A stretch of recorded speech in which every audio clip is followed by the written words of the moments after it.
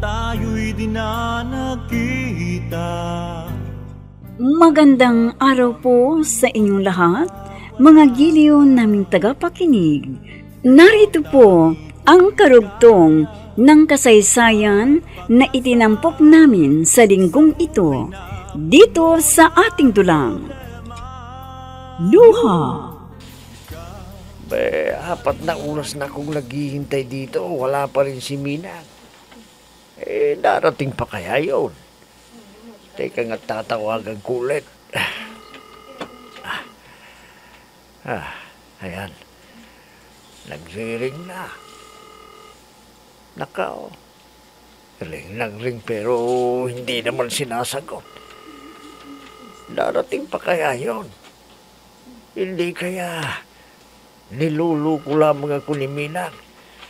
Hindi kaya nakulitan lamang sa akin, kaya niya ako sinagot. Baka nga nakulitan lang siya sa akin. Tama nga yatang sinabi sa akin noon na ibibigay lamang niya ang buong panahon niya sa kanyang 2 anak. Ay nako, nakakalungkot pero kailangang tanggapin ko ito. Ruby! Minang! Ay, nako. Ruby, pasensya ka na ha. At napaghintay kita ng matagal. Okay lang yun. Ang importante, dumating ka.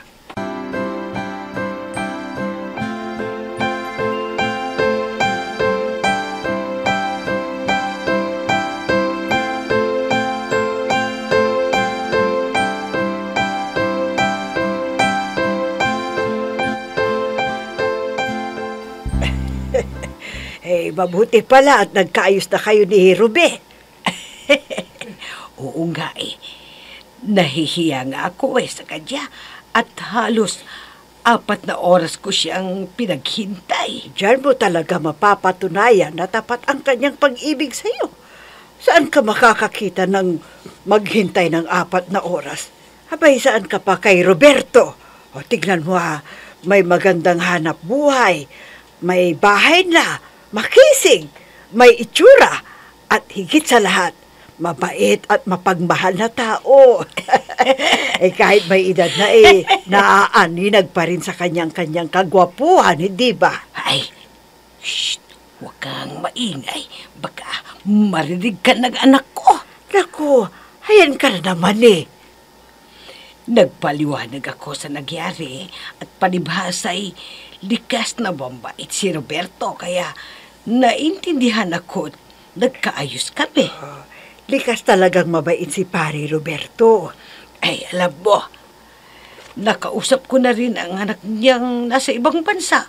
Abay, mabait din pala, no? Talaga? Paano kayo nagkausap?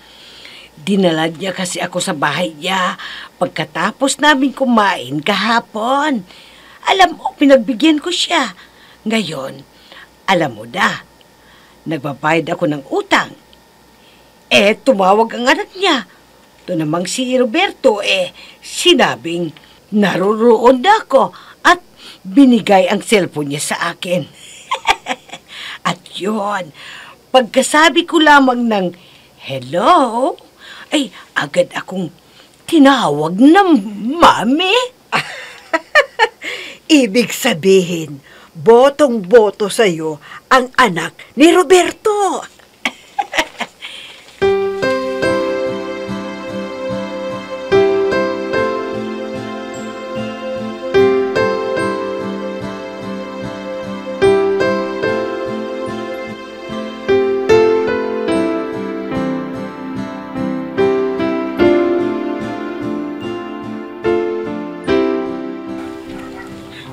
Inay? Oh, Mika, ikaw pala. May problema na naman ba? Ano ba naman kayo, Inay? Talaga bang hindi kayo makikinig sa amin ng kapatid ko? Nagkipagkita na naman pala kayo sa Ruby na yon kahapon. Mina, anak, ganito yun kasi. Wala na kayong dapat ipaliwanag, Inay. Dahil maliwanag ang gusto namin ng kapatid ko. Hindi kayo mag-aasawa. Dahil kukunin lamang ng magiging asawa nyo ang pensyon ninyo. Anak, at bakit mo naman nasabi yan? May pera si Roberto. Mas marami pa nga siya pera kaysa sa... Ngayon lamang yan, inay. Ipinagyayabang ang pera niya. Pero, pag nakuha na niya kayo, pati pensyon ninyo, kay itay pagaling ay kukunin din niya. Kaya hindi kayo dapat mag-asawa pa.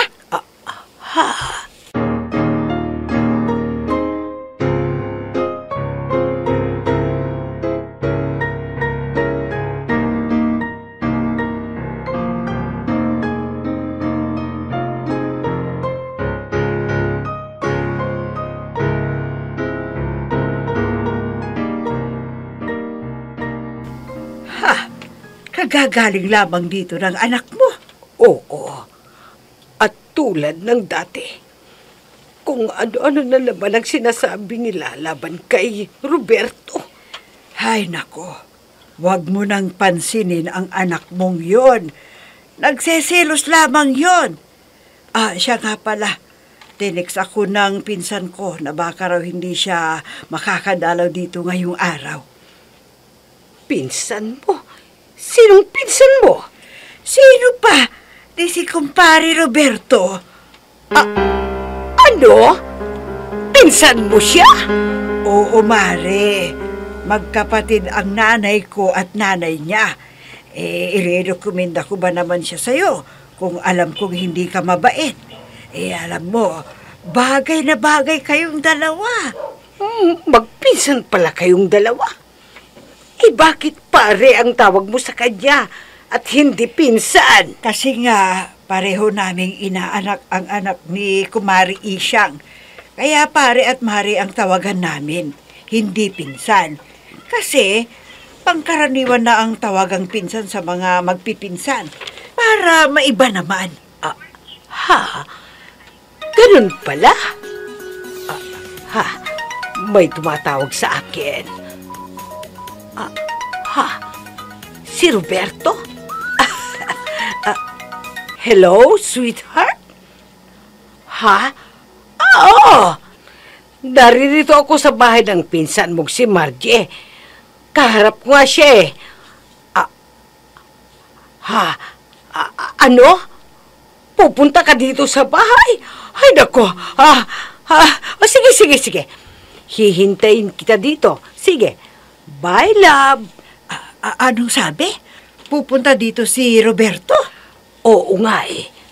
Mabuti na rin yung dito kaysa dun sa bahay. Baka may makakita na naman sa kanya. Ay isusumbong na naman ako sa mga anak ko. Aawayin na naman ako ng mga yon.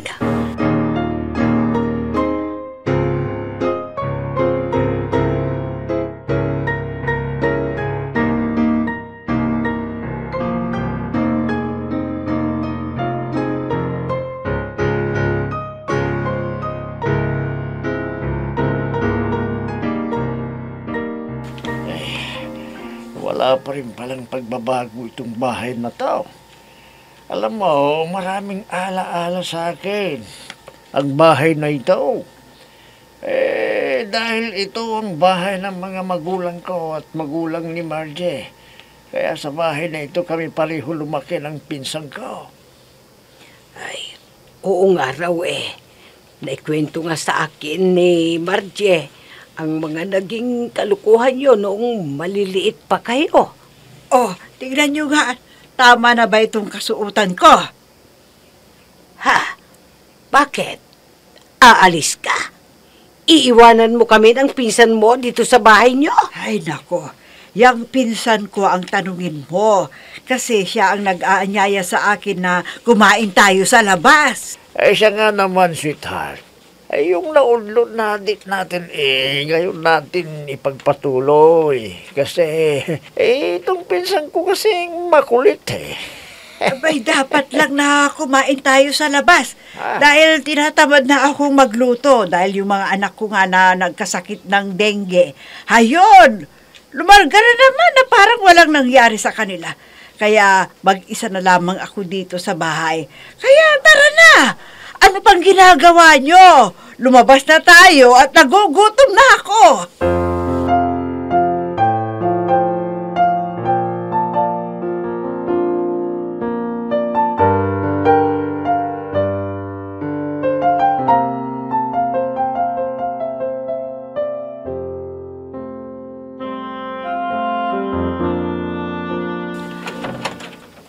Saan ka galing, inay? Ha? May pinuntahan lamang kami ng Ninang Barji mo. Yung totoo, inay. Ano ka ba naman, anak? Kailangan ko bang sabihin sa iyo kung saan ako nagpupunta? At bakit? Sino ho ba ako para hindi ninyo pagsabihan kung saan kayo pumupunta? Ay, nako. Teka nga, kumain ka na ba? May dala akong pagkain dito. Tamang-tama. Iuwi mo na lamang sa mga anak mo. Tira ho ba ninyo yan ng Ruby na yon? Anak! Huwag na kayong magkaila, inay. Dahil maraming mata ang nakakita sa inyo. Ay, sige. Okay. Tatapatin na kita, anak. Nobyo ko na si Roberto. Ano? Sa edad ninyong yan? Nakikipagharutan pa kayo? Hindi na kayo nahiya? Sabihin mo na ang gusto mong sabihin. Wala akong pakialam. Ngayon, kung tatanggapin mo tong ibinibigay ko sa yung pagkain, tanggapin mo at umuwi ka na. Gusto ko nang magpahinga dahil pagod ako. Bakit? Pinagod ba kayo ng husto ng Ruby na yon sa kama? Bastos ka! Huwag ka nakakalimutan mong magulang mo ako! Yun na nga ho eh. Magulang ko kayo. Pero sa halip na maging modelo kayo sa paningin ko at sa paningin ng mga apo ninyo, ay nagiging dahilan. Katitisuran pa kayo dahil sa oportunistang Ruby na yon. Inay! Minsan mo pang paratangan ng kung ano-ano si Roberto. Ay hindi lamang diyan ang matatanggap mo. Nag-iisa ka lang.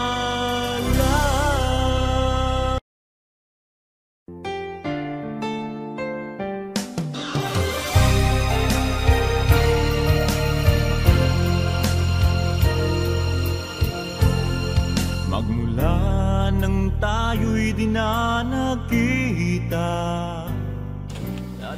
Ano? Napagbuhatan mo ng kamay ang anak mo? Oo. Kung ano-ano kasi ang sinasabi laban kay Roberto. Kesyo, oportunista daw ito. Ay, nako, Mari. Huwag mo lang masyadong intindihin ang ginawa mo sa anak mo. Mali nga naman talaga ang anak mo. Eh, siyempre, magulang ka na gusto mo lamang na ituwid ang mali ng anak mo. Kaso, mula nang mangyari yun hindi na pumunta dito sa bahay ko. Nagtatampo siguro. Hayaan mo, wala ka namang ginagawang masama. Eh, bilang magulang, tinama mo lamang ang kanyang pagkakamali. Kaya, huwag ka nang malungkot. Mare, may kumakatok. Baka ang anak mo na yan.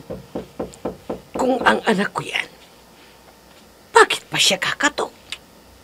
Teka. Baka nakalaki.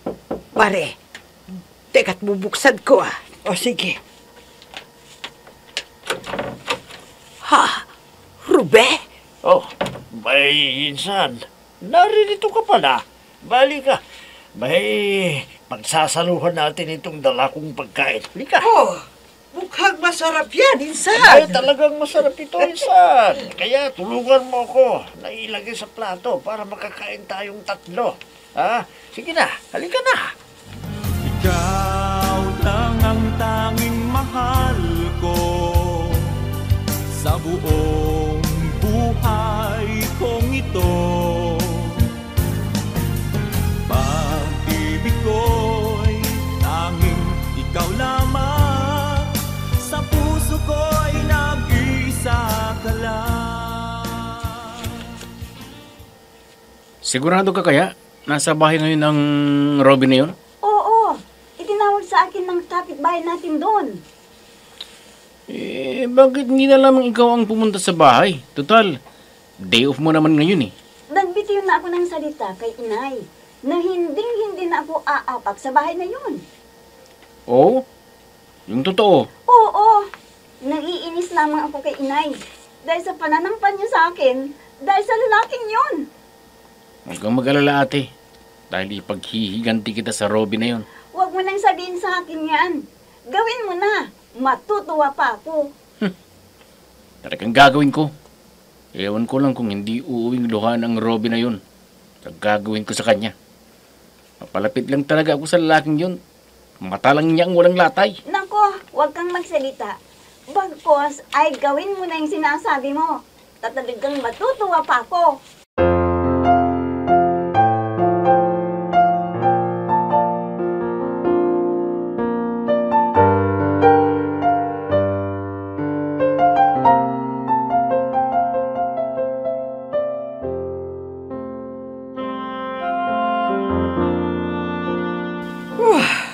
Nabusog ako dun sa kinain natin Hindi na ako manananghalian nito.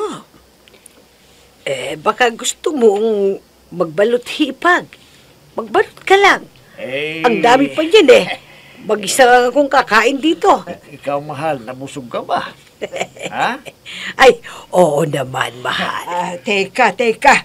Bago ako tuluyang mainggit sa inyong dalawa, magbabalot muna ako nitong sobra natin, ha?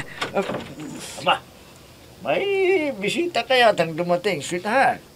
Mare, ang anak mo. Inay? Anak, ikaw pala. Anong meron Halika. dito? May okasyon pala dito, Inay Bakit naman hindi ninyo kami inimbita ng kapatid ko? Anak, siya nga pala. Ipinapakilala ko sa iyo si Roberto. Ang kaharutan mo. Anak, huwag mo naman akong bigyan ng kahihiyan sa harapan ng bisita ko. Iinsan, ang mabuti pa, doon ka muna sa bahay. Sino ka para papasukin sa bahay ng mga magulang ko ang lalaking yan? Huwag kang bastos! Ano? Babastusin mo pa rin ba ang mga bisita ko sa loob mismo ng pamamahay ko? Ha? Pinagtatanggol mo pa ngayon ang mokong na to. Sinaktan mo na nga ang ate ko. Pati rin ako, sinaktan mo dahil sa lalaking yan. Yung bagay sa lalaking yan ay ito. Ito pa! Huyog! Tama na yan! Tama na!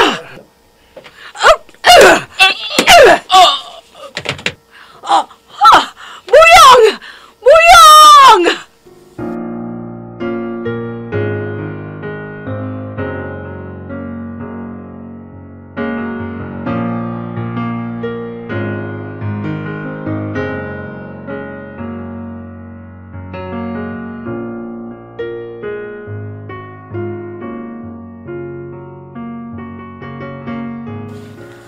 Ano? Nagawa kang paluin sa braso ni inay ng matigas na bagay? Oo. Kaya ako namilipit sa sobrang sakit hanggang matumba ako sa sahig. Nalaso na talaga ng lalaking yon ang utak ni inay. Nagagawin niya tayong saktan dahil lamang sa lalaking yon. Pero hindi ako makakapayag na tayo pang lalabas na kaawa-awa. Gaganti ako sa lalaking yon. Anong gagawin natin? Ewan ko. Pag-iisipan muna nating mabuti kung ano ang gagawin natin laban sa matandang yon.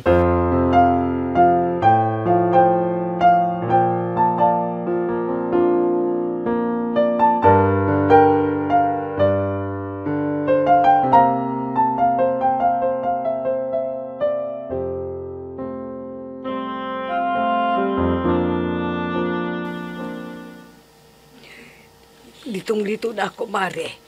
Hindi ko na alam ang gagawin ko. Hiyang-hiya na ako kay Roberto.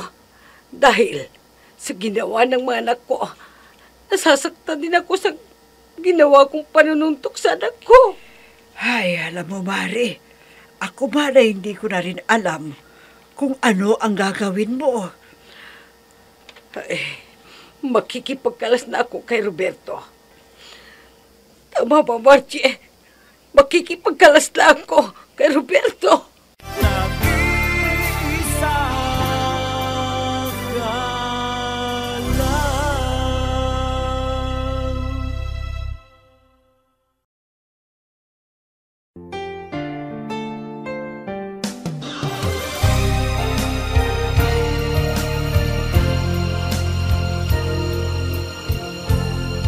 Magmula ng Makikipagkalas nga ba si Minang kay Roberto? Mga giliw naming tagapakinig, sundan bukas ang karugtong ng kasaysayan na itinampok namin sa linggong ito dito sa ating dulang. Luha! Mga nagbibigay buhay sa ating dula ay sina Mayra Abrehal Narnola, Susan Malikdem, Robert de Guzman, Yun Cabato, Emma Dalope, Andrea Solar, Ami Diaz, Jonathan Bravo, at si Oscar Ora. Technical Supervision at Musika, Oscar Ora. Nilapatan ng tunog ni Robert de Guzman, Willie Francisco. Sa panulat at direksyon, Eva Alcoriza. Inihahandog sa inyo ng F3 Recording Studio para sa Pambansang Radyo ng Pilipinas, Bombo Radio, Philippines.